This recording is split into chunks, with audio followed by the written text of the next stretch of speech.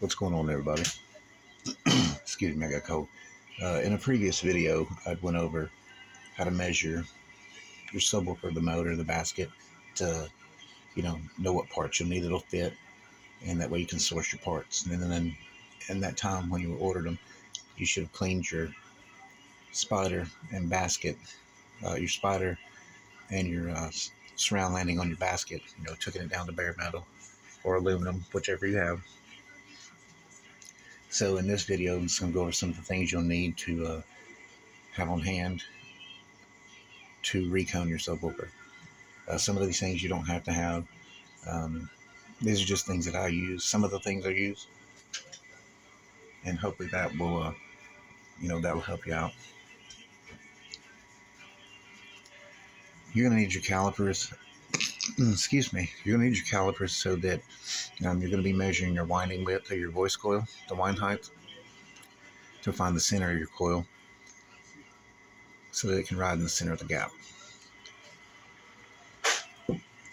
I used, razor blades, just the cheap breakaway blades. I picked these up at Harbor Freight. You can refill them, but I just pick them up because they're dirt. Like I said, they're dirt cheap. I grab a handful every time I go. I use those for several things. Tape. You can use painter's tape, masking tape. I use it, to clean the gap out, the magnetic field. You just take like a popsicle stick and wrap it around the bottom, and then back tape it up at an angle so the sticky side's out, and you just run it around inside the gap, and take the tape off. Repeat the process over and over till it comes out clean.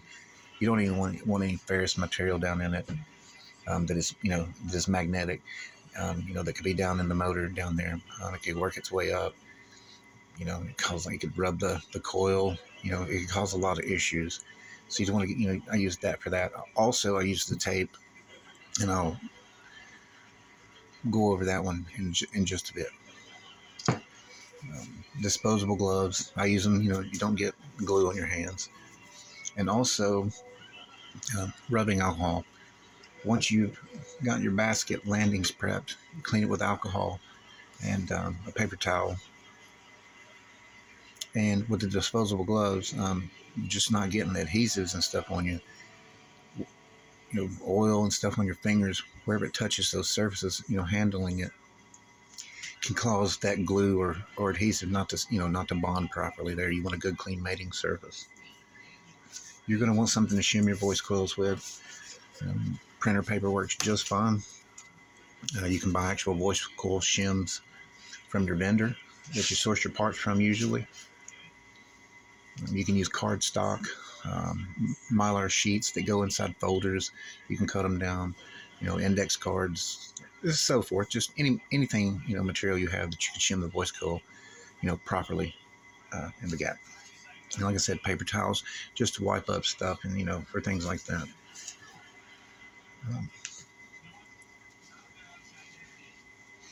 You're going to need some type of adhesive.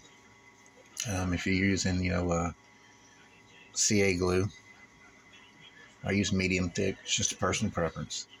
And you're going to need some accelerator of some kind.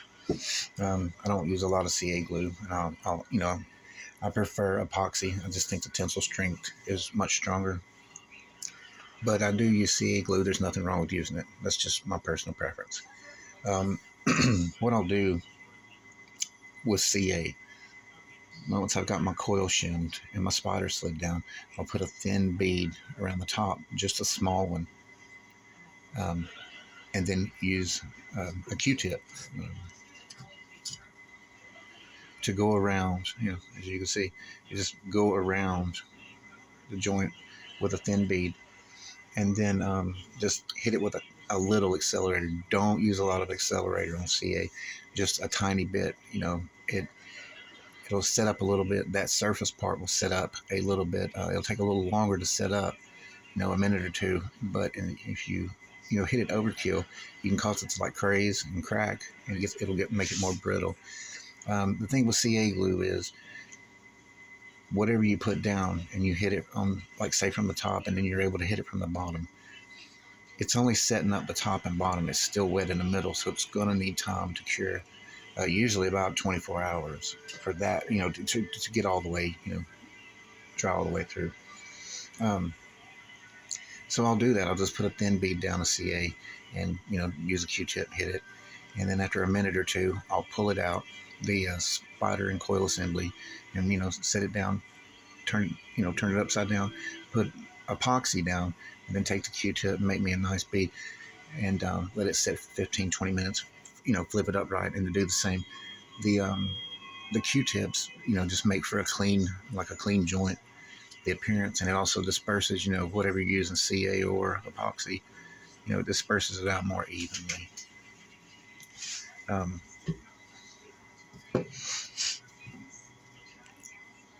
you're going to need to dry fit everything first. I'll never stop doing that. I mean, it's very important to do so because you want to make sure that, you made all your measurements properly and that everything fits together as it should, and you've got good clearances and so forth. So with tape, what I've always done, like I said, I use it to clean out the gap. What I do is I will, well, let me use this coil back here that's going to be used in a building coming up. You find the winding height. In the case of this, it's 46 millimeters. So what I do is I just put a piece of tape down, a piece of just masking tape. And to find the center, we got 23 millimeters. All right, well, this, top plate that this one's going to go in, is say like 12, well, just 12 millimeters. So 6 millimeters is half of the thickness of the top plate. So from the center of the coil, you're coming up 6 millimeters, you make that mark. Well, that mark's going to set flush with the top plate when you're, fitting it together. So, you put that in there and then you slide the spider down over it. And then, you put your cone down and make sure your cone, is going to come down and give you, a good amount to make your joint, your glue bead up here. So once everything, fits, really well and you're okay with it, you take the coil out and then from that top mark, just silver Sharpie or a white, something, a paint pen, whatever you're using, you just, draw it straight out and then pull that piece of tape off. And then, you're good to go with the recone. So that's one of the things I use tape for. A second thing that I use tape for is once you've got your spider and coil, glued together, the assembly shimmed in there, and you're getting ready to slide your cone on, the lead wires from the spider, I tape them flat because you want them, flat up. And I tape them to the former. And what that'll do is it allows the cone to slide down with everything, fixed in place. It makes it easier to slide the cone on because a lot of times you may not have room to get in here and try to fish that stuff up and work it through. It's just better to do it that way. It also holds, the leads, out of the way when you're doing stuff.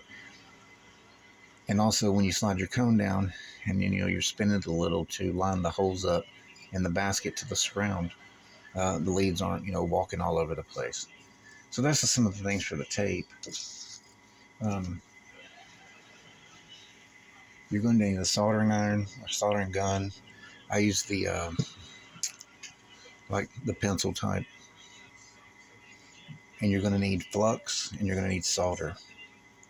If your voice coil wires or copper, pretty much any general use copper flux will work. Now, if your winding wire is aluminum, like the actual winding wire is aluminum, you're going to need a flux that is formulated for aluminum to bond aluminum to, like copper and stuff. And you can pick those up from some of your subwoofer part vendors. It's a liquid flux. It's golden color. I get mine from a vendor online that specializes in soldering equipment and so forth in larger bottles, and just put it in little ones, to work with. Now, the reason that if your voice coil wire is aluminum, you're going to need that particular type of flux is because, when you've got everything up and you're twisting your voice coil wire to your tensile leads, and you go to solder and you don't have that flux and you're trying to use this like a regular flux, it'll wick into the leads, but it'll bead away from the aluminum. So that causes that particular flux will cause the aluminum to bond with, other materials like copper and so forth. And one thing to note about that is that stuff is corrosive. So I use the Q-tips not only, to disperse my glue bead joints out, but I use it and put alcohol on it and just clean up wherever I've soldered to get all the residual flux off of it. Because not with it being corrosive, also when you've got everything up here and you're laying it down to the cone, like you put maybe a little glue down to hold, where you soldered down to the cone before you encapsulate that whole joint with glue, it can cause that glue not to, won't stick to the cone, and the surrounding glue may not, stick to the actual lead. And that's just, another thing that I use the Q-tips for as well. Heat shrink.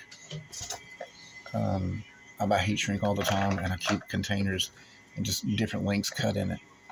And you don't have to have it, but I put, slide it over the lead wire and slide it back. And then if you're using push terminals and it's got the solder tab, once you've soldered that in place, and trimmed it, just slide the heat shrink over. It just makes it, a nicer looking, like cleaner appearance.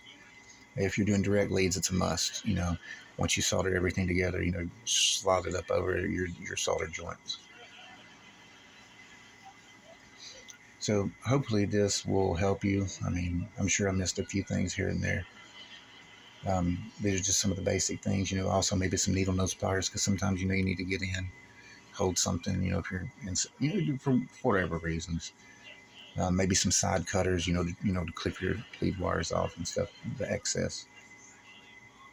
But those are just some of the things. And somebody had messaged me and asked me to make a video on this, so I just figured I'd do it.